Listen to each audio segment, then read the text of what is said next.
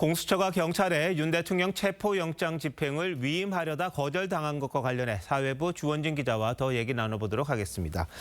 자, 주 기자, 공수처가 왜 경찰에 이런 요구를 한 거죠? 네, 체포할 능력이 없다는 게 공수처 스스로 설명입니다. 공수처 관계자는 오늘 브리핑에서 우리가 동원할 수 있는 인력이 30명 정도라며 영장 집행의 전문성을 고려해 경찰에 넘긴 것이라고 했습니다.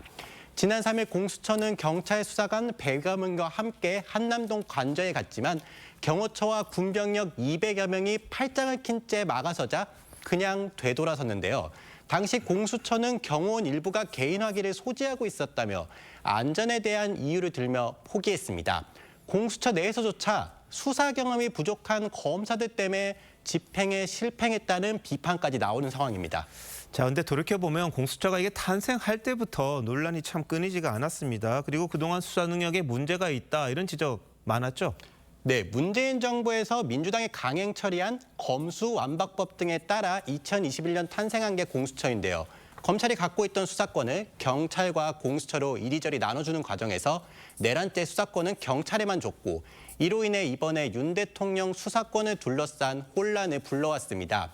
수사력에 대한 지적도 끊이지 않았는데요. 공수처는 출범 3개월 만에 김학의 불법 출금 사건 당시 피의자인 이성윤 중앙지검장을 공수처장 관용차로 모시고 와 황제조사 논란을 자초했고 이를 보도한 기자들의 통신 기록까지 무더기로 조회 논란을 자초했습니다. 공수처는 지금까지 5번 구속영장을 첨부했지만 전부 기각되면서 수사 능력이 부족하다는 지적을 받아왔습니다. 네, 그렇다 보니까 이번 윤석열 대통령 수사에서도 그 처음부터 이런 논란 끊이지 않았던 것 같은데요. 네, 경찰과 검찰이 각각 내란죄를 수사하던 지난해 12월 9일 공수처가 갑자기 뒤늦게 양쪽의 사건을 이첩하라고 요구했는데요. 공정성 논란 등에 비추어 공수처에서 수사하는 것이 적절하다고 판단하면 공수처장은 이첩을 요청할 수 있고 사건을 넘겨받은 뒤 전례 없는 일들이 벌어지기 시작했습니다.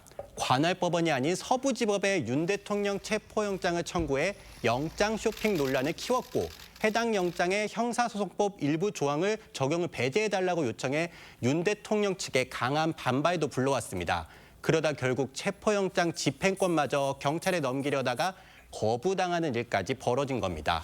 자, 보통 이제 수사 내용을 가지고 논란이 있는 거는 뭐 많이 봤습니다만 수사기관 자체가 논란의 중심에 서는 건 좀 보기 드문 상황이긴 한데 결국 윤 대통령 수사에도 이런 모습들이 좀 영향을 미치지 않겠습니까? 네, 그래서 일각에서는 공수처가 윤 대통령 엑스맨이 아니냐는 지적까지도 나오고 있습니다.